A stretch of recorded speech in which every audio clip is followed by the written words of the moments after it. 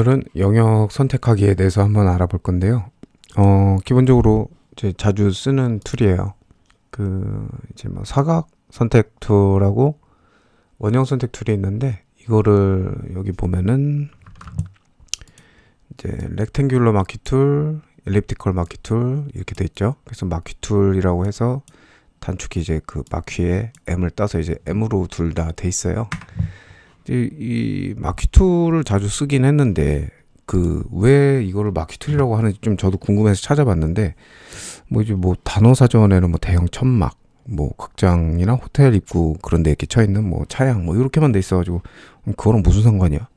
이러고서 봤는데, 이제 미국 영화나 그런 데 보면은 이렇게 마키 사인이라고 하더라고요. 이런 걸 반짝반짝 이러면서 막 사람들 시선을 끌기 위해서 나오는 그 마키 사인이라는 데서 따온 것 같더라고요. 그래서 일단 그려보면 아마 이해가 되실 거예요. 이제 그리는 방법은 이제 툴을 이렇게 눌러서 선택을 하고, 이제 클릭하고 드래그를 하면 이제 그려진 만큼 자기가 그리고 싶은 만큼 그리고, 이제 딱 마우스를 딱 떼면은 이제 그려집니다. 확정이. 근데 여기 모양 보면은 이렇게 막 반짝반짝 이렇게 흘러가는 게 보이죠? 이렇게 선택된 영역이 지금 눈에 띄게 이렇게 두드러지게 표현을 하다 보니까 마키 사인하고 비슷하니까 이제 마키라고 부른 것 같아요.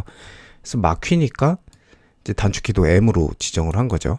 근데 이렇게 원형이랑 사각형이랑 이제 동일한 단축키를 쓰고 있는 경우들이 이렇게 몇 가지 있는데, 얘도 보면 다 L이고 얘도 보면 다 W고 이런 식으로 같은 버튼을 단축키로 활용하는 경우에는 Shift 누르고 해당 버튼 Shift M이죠. 지금 같은 경우에는 Shift M을 누르면 그럴 때마다 이제 그 안에 숨겨져 있는 다른 메뉴로 선택이 됩니다.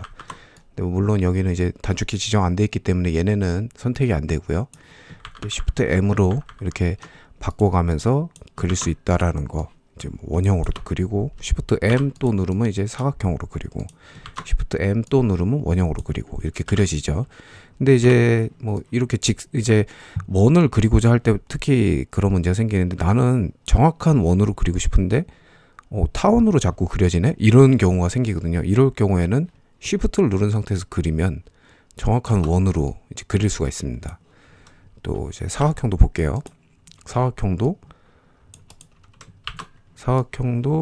그냥 직사각형이 아니라 정사각형으로 그리고 싶을 땐 이제 Shift를 누르고 그리면 정사각형으로 이제 그릴 수가 있죠. 그래서 이제 다음으로 이제 또 볼 거는, 선택을 했으면 이제 선택을 이제 해제해야 될 경우도 생기거든요. 아주 간단하게 해결이 가능한데, 그냥 마키 툴이 선택된 상황에서는 사실 그냥 다른 데 찍으면 이제 사라져요. 근데 이제 이거 쓰다가 다른 툴을 막 쓸 경우에 이렇게 막 해제하고 싶어서 눌렀는데 막 이미지가 움직이죠. 그러니까 이럴 경우에 쓰는 건데, 그려놓고 이제 셀렉트를 해제하고 싶다 이러면 이제 여기 셀렉트 메뉴가 있어요. 여기 보면 디셀렉트 보이죠? 디셀렉트에서 컨트롤 D, 디셀렉트니까 이제 그 앞에 D를 따서 이제 컨트롤 D입니다. 그래서 컨트롤 D를 누르면 이렇게 선택이 해제가 되죠. 이런 식으로 선택을 해제할 수도 있고, 이를테면 현재는 이렇게 비글만 선택을 했는데 이제 영역을 조금 추가하고 싶을 때가 있어요. 좀 더 크게 그리고 싶다. 이럴 경우는 이제 Shift를 누르면 이 마우스 포인터가 바뀌는데 플러스가 붙죠. 이제부터 그리는 거는 더한다는 의미거든요. 어디에 그리던 이 문서 안에서 덧 그리는 건 전부 이제 영역이 새로 이제 추가가 되죠. 추가를 했으면 이제 뺄 수도 있다는 얘기인데, 이럴 경우는 Alt를 누르면 됩니다. Alt를 누르면 이번에는 마이너스가 붙죠. 이제 포인터에 마이너스가 붙어요. 이제부터 그리는 거는 전부 이제 빠지는 거예요. 근데 기존에 있던 거에서 덧 그려야 빠지지, 이제 새로 이제 선택되지 않은 부분을 그려봐야 이제 빠지지는 않아요. 그래서 자기가 원래 그렸던 거, 이미 선택되어 있던 것들, 이런 것들을 이제 해제할 때 마이너스로 이제 그릴 수가 있습니다. 그리고 또 한 가지, 이를테면 이 비글과 이 자전거 사이에 이 동그란 부품, 이 부분만 선택을 하고 싶을 수가 있거든요.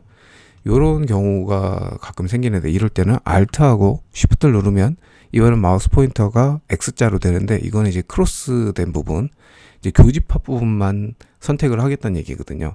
근데 우리가 여기서 이 동그란 부품만 선택을 하고 싶다라고 하면은 비글과 지금 이제 자전거 일부가 선택이 되는데, 여기서도 내가 딱 원하는 부분만 요 Alt Shift를 누르고 요렇게 덧그려주면 딱 교차되는 부분, 교집합 부분만 이제 이미지가 남습니다. 이럴 때 이제 Alt Shift를 눌러서 겹치는 영역, 내가 새로 원래 있던 영역과 겹치는 영역에 새로 그리고자 할 때는 Alt Shift를 누르고 그리면은 이렇게 겹치는 영역만 선택이 된다는 걸 알 수 있죠. 그 요번에는 좀 다른 선택 방법인데 셀렉트하고 인버스라는 기능이 있어요. 셀렉트하고 여기서 인버스 단축키 보면은 Shift 컨트롤 I로 돼 있죠. 네, 인버스니까 I로 돼 있어요. 컨트롤 Shift I 누르면 이제 영역 좀 바뀌는 게 보이시나요? 좀 더 이제 육안으로 확인하기 좋게 보면 이제 빨간색이 선택된 부분인데 지금 현재는 비글이 선택되어 있죠. 근데 컨트롤 Shift I를 하면 지금 바깥 부분이 선택이 되어 있단 말이죠. 그러니까 이렇게 선택된 영역을 뒤집는 명령입니다. 누를 때마다 선택된 영역이 바뀌어요. 뒤집어지는 거죠. 그러면 여기서 이제 비글을 제외한 나머지 부분을 지워 볼게요. 이제 인버스에서 바깥쪽이 선택이 되어 있죠. 이 상태에서 딜리트를 누르면 이게 지워집니다. 이렇게 해서 지우면은 지금 현재 지워진 부분을 보면 이렇게 아주 윤곽이 깔끔하게 딱 떨어지게 지워진 걸 확인할 수 있어요. 근데 요거는 조금 다른 방법으로 지워 볼게요. 어떤 방법으로 지우냐면 얘를 이렇게 선택을 하고 셀렉트 누르고 그 다음에 여기 모디파이 가면 페더라는 기능이 있어요. 예, 셀렉트 모디파이 페더. 근데 요 페더라는 게 뭐 영어로 깃털이라는 의미죠. 역시나 요 페더를 이용을 하면은 이제 단축키 Shift F6인데 Select, Modify, 예, 여기 Shift F6로 되어 있죠. 페더를 누르면 지금 50픽셀 정도로 되어 있는데 한 10픽셀 정도 사이즈로 놓고 OK를 눌러 볼게요. 그리고서는 아까 배웠던 Ctrl Shift I 눌러서 인버스 시켜서 지워보면 아까하고는 다르게 좀 윤곽이 부드럽게 이렇게 좀 뭉개져 있는 게 보이시죠. 요게 페더라는 게 결국 이렇게 가장자리를 좀 이렇게 부드럽게 뭉개주는 기능인데 이번엔 수치를 좀 높여서 해볼게요. 아까처럼 한 50픽셀 정도 놓고 그럼 좀 더 이제 영역이 좀 변한 게 좀 눈에 더 크게 띄게 보이죠. 다시 컨트롤 시프트 I 누르고 딜리트를 하면 이런 식으로 좀 더 가장자리가 뿌옇게 이제 더 큰 폭으로 이제 뭉개졌다는 게 보입니다. 뭐 이런 식으로 해서 사실 뭐 합성할 때도 쓰고요. 뭐 이렇게 가장자리 지우고 뭐 이렇게 다른 배경에다 이렇게 칠해주면 이제 좀 뭐 배경화면 만들 때도 뭐 다른 효과를 좀 볼 수 있겠죠.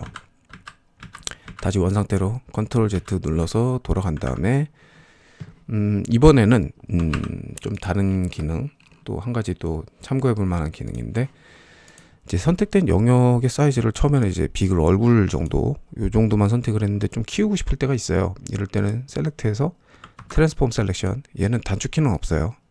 트랜스폼 셀렉션인데 이제 그 선택된 영역의 형태를 좀 바꾸고 싶다라는 의미인데 이걸 누르고 나면은 이렇게 좀 선택된 영역이 좀 달라졌죠. 모양이 점이 9개 생겼고 마우스 올라탈 때마다 이렇게 뭐 사이즈를 바꿀 수 있다라는 걸 의미하는 형태로 이제 포인터가 바뀝니다. 이렇게 크기를 늘리거나 줄일 수도 있고 요 모서리에서 조금 더 벗어나서 바깥쪽으로 가면 이렇게 굴릴 수 있다라는 표시도 뜨죠. 이렇게 회전을 시킵니다. 이렇게 회전도 시키고 사이즈도 키우고 이제 포토샵 최신 버전에 들어오면서 좀 이제 그 시프트 활용하는 방법이 좀 달라졌는데 기존에는 이렇게 그냥 누르면 지금 현재 보이는 것처럼 이렇게 직사각형으로도 변하고 뭐 이렇게 비례를 좀 바꿔가면서 변화가 됐는데 이게 바뀌었어요. 이제 포토샵 2019 이제 20번째 버전이던데 여기서 보면 이제는 Shift를 눌러야 이렇게 기존의 형태와 다른 형태로 바꿀 수가 있고 기본을 누르면 기본 형태를 유지한 상태에서 사이즈만 바뀌어요.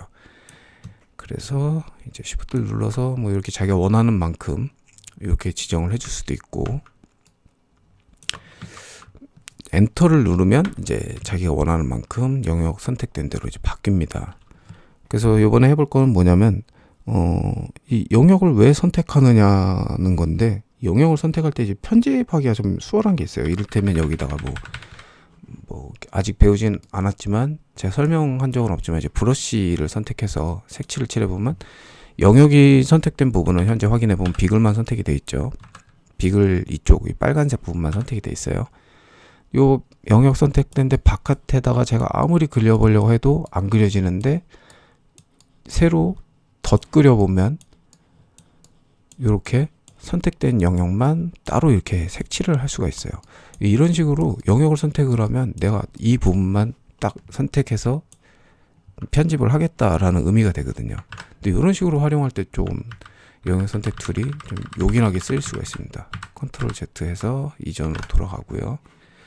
오늘은 이렇게 한 이 정도만 해도 영역 선택 툴에 대해서 많이 이제 기능을 좀 이제 둘러봤다고 할 수 있는데 앞으로 이 영역 선택 툴은 자주 쓰이게 될 거고 지금 뭐 따로 이렇게 설명 드릴 만한 옵션은 거의 다 드렸고 이런 옵션들은 사실 나중에 추가적으로 예제를 진행하면서 필요할 때마다 설명을 드려도 될 것 같아요. 기본적인 사용법부터 먼저 숙지를 하면 사실상 저 위의 기능들은 뭐 특별한 경우 외에는 거의 쓸 일이 없고 일단은 오늘 여기까지 이제 살펴봤고요. 앞으로 또 예제 좀 더 준비하면서 또 다시 설명하게 될 거예요. 이 툴에 대해서는 또 너무 세부적으로 설명해야 될 것 같으면 이 동영상 다시 한번 봐주세요 라고 제가 또 추가적으로 아마 말씀을 또 드릴 거고요. 예, 감사합니다.